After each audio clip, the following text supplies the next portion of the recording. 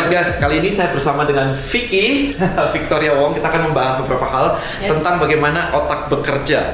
Alright, so Vic, kita mau ngobrol-ngobrol nih, Vic. Kalau misalkan ya, di sini ada komputer nih, ada komputer. Nah kayak gini nih.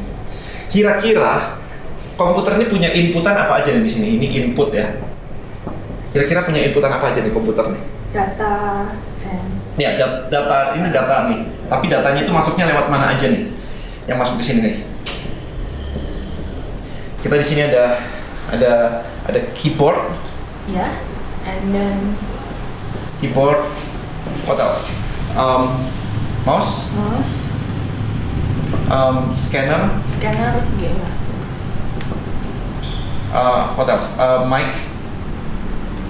yes. Ya kayak begitulah. Data dari USB. Ya kayak gitu ya, dari USB colokin gitu. Ini masuk ke sini semua gitu kan. Nah biasanya ini semua ini kagak ada artinya. Ini semua itu cuman meaningless 0101 gitu. Komputer tuh seperti itu. Nah di sini baru ada namanya CPU, right? Yes. Habis itu di sini ada namanya output. Kira-kira outputnya apa aja nih? Nah, outputnya Ada monitor. monitor, speaker, Yes. Ada speaker. Apalagi? Monitor, speaker, is printer included. printer included. Yes, printer. Oke.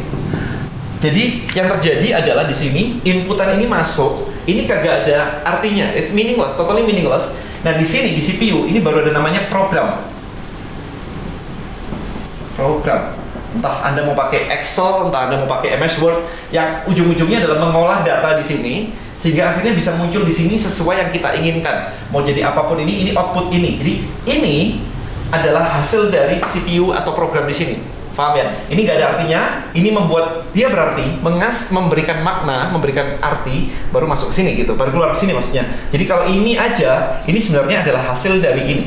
Hasil dari CPU-nya. Hasil dari program di CPU. Dari program. So can you imagine kalau data ini nggak ada program di sini, berarti ini kagak ada, right? Iya. Paham kan ya? Oke. Sekarang kita bermain-main yang lebih seru lagi nih. Kita ngomong ini orang. Ini kita sambil belajar TIK ya, teknologi komputer. Ini basic banget ya. Sekarang kita ngomong orang di sini nih. Oke. So inputannya apa? What do you think? Inputannya apa? Inputan, like opini. No, it's not opini. Inputan itu maksudnya gini. Perangkat apa aja yang bisa menerima data kayak begini? Ini kan menerima data nih. Nggak peduli datanya dari mana, tapi inputannya nih apa aja yang bisa menerima data di sini. So we have mata, telinga. yes ya, telinga. Yang disebut total yang disebut panca indera. Indera. Nah, panca indera kita gunanya adalah untuk menangkap data. Jadi apapun yang masuk itu sebenarnya adalah data meaningless. Ya ada pohon jatuh gitu ya, cuek amat. Di mana kita nggak tahu, don't care gitu. Tapi begitu kita ada tahu pohon jatuh di depan rumah, nah baru kita akan panik gitu ya. Jadi data ini sebenarnya nggak ada artinya sebenarnya, meaningless. Nah baru di sini kita punya namanya otak. Oke, otak itu CPU kita. Baru kita muncul outputnya apa nih?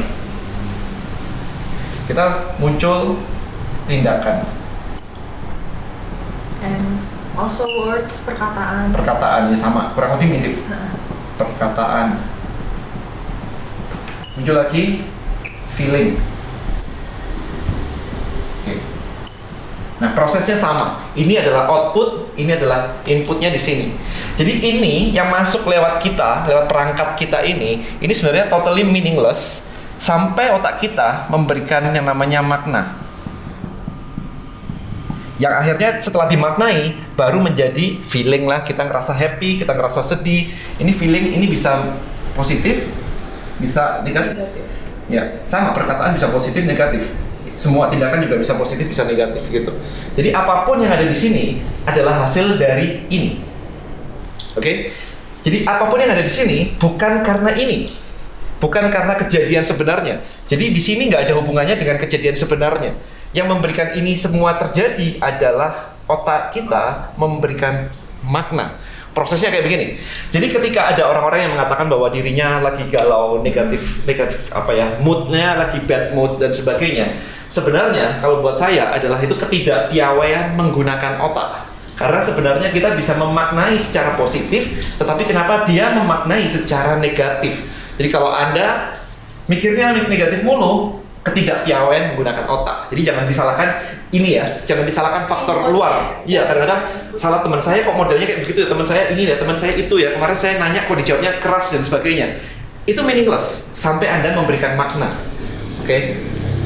Nah, sekarang kita explore lagi nih. What do you think kalau misalkan ya makna? Program ini kan bisa banyak nih. Iya, Oke. benar. Makna ini bisa banyak loh. Kayak ini udah. Makna ini bisa banyak nih. Nah, kayak gini. Makna 1, makna 2, makna 3, makna 4 gitu. Banyak. Gitu. Jadi misalkan ada kayak bisa dibilang cewek ini biaya maintenance-nya tinggi nih, ngabis-ngabisin dan sebagainya gitu kan. Tapi itu makna 1 nih, cewek ngabis-ngabisin duit lah, boros lah, matre lah, whatever, itu makna 1 nih. Ini ya, jadi kalau melihat cewek ngabis-ngabisin belanja, mereka punya makna pertama bahwa cewek itu boros, cewek itu ngabis-ngabisin dan sebagainya. Tetapi bisa dibilang 2, cewek itu jago merawat dirinya, dia jago untuk menyenangkan pasangannya misalkan, itu nomor 2. Nah, bisa ada banyak makna sebenarnya. Makna 1 membuat kita ngerasa ya cewek matre lah, susah lah punya cewek gitu-gitu. Makna kedua kita jadi seneng banget ya kalau punya cewek kayak begitu ya, dia bisa membahagiakan cowoknya misalkan. Dan pemilihan makna. Nah yang paling penting adalah pertanyaannya, seberapa banyak di otak Anda memiliki koleksi makna. Jadi makna itu bisa dikoleksi. Kayak Vicky pakai kacamata kan? Yeah. Kamu plus atau minus?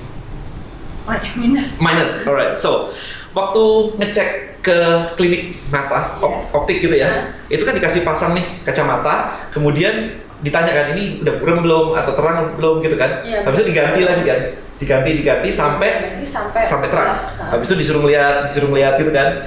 Nah pertanyaannya adalah, what if kalau optiknya tadi cuma punya 1 frame? What do you think?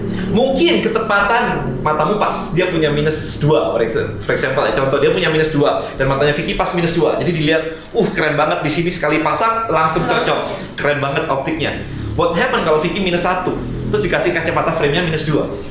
Nggak cocok. Kalau Vicky minus 3 dikasih minus 2 nggak cocok juga. Jadi si optik ini tidak akan bisa optimal ketika dia hanya memiliki 1 makna aja, 1 frame aja, nggak bakal optimal karena kejadiannya banyak. Kejadian ini membutuhkan proses ini yang macam-macam. Jadi sekarang tugas Anda adalah mengkoleksi makna di kepala Anda. Tugas Anda seperti itu, sehingga apapun yang terjadi di sini Anda bisa memilih makna dengan tepat, karena makna itu urusan kepala Anda. Ketidakpiawaian penggunaan ini loh sebenarnya yang menyebabkan kok feeling cenderung negatif.